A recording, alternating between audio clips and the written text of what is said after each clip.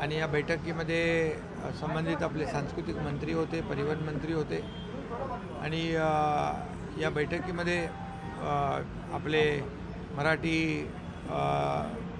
चित्रपटाचे दिग्दर्शक होते आणि त्याचबरोबर मल्टिप्लेक्स थिएटरचे लोक होते. संबंधित जे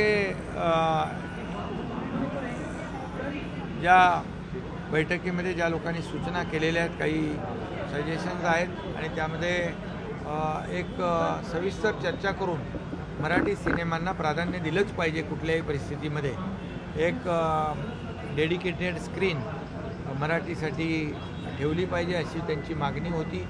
आणि त्याचबरोबर यामध्ये एक कमिटी गठीत केलेली आहे.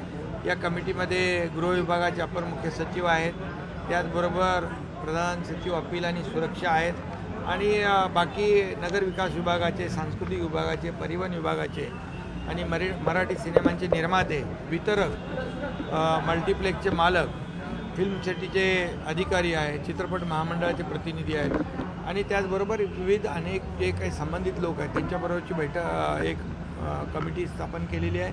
1.5 महिन्यामध्ये या कमिटीने सारासार विचार करून ज्या काही याच्यामध्ये उपाययोजना आहेत, मराठी सिनेमांना प्राधान्य देण्यासाठी मल्टिप्लेक्स थिएटरचे काही मालक आणि काही लोक आले होते, त्यांचे प्रतिनिधी आले होते आणि त्यांना देखील आम्ही सांगितलं महाराष्ट्रामध्ये मराठी सिनेमांना प्राधान्य दिलंच पाहिजे. कुठल्याही परिस्थितीमध्ये मराठी सिनेमे, काही लोकांच्या आपल्या तक्रारी होत्या निर्मात्यांच्या, मध्येच सिनेमे काढण्याचा देखील प्रकार झाला.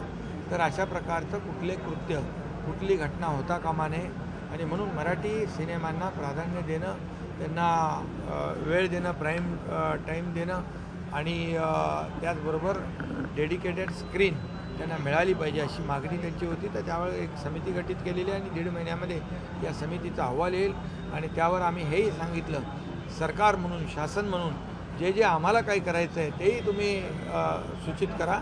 यावर शासन देखील सकारात्मक आहे आणि पूर्णपणे मराठी सिनेमा निर्मात्यांच्या मागे मराठी सिनेमा जास्तीत जास्त दाखवले गेले पाहिजे आणि या महाराष्ट्रामध्ये मराठी सिनेमांना न्याय मिळाला पाहिजे अशा प्रकारची भूमिका सरकारची आहे. निवडणूक आयोगाने स्थानिक स्वराज्य संस्थांच्या निवडणुकीबाबत व्हीव्हीपॅट मशीन ही नसणार आहे अशी भूमिका हे केलेली आहे. त्यामुळे कुठेतरी गोंधळ होऊ शकतो त्यामुळे नेमकी आपली मागणी काय असणार आहे? व्हीव्हीपॅट असावे की नसावे या संदर्भात?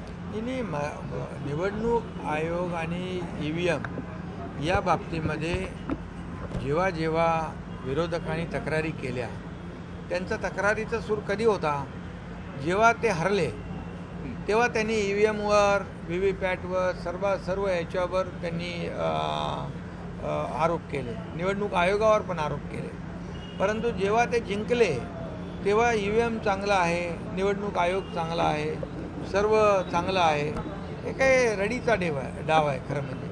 आणि म्हणून यामध्ये जे काय ट्रान्सपरन्सी असली पाहिजे मतदारांमध्ये आणि जनतेमध्ये, अशीच भूमिका आमची सरकारची आहे. डिनर डिप्लोमासाठी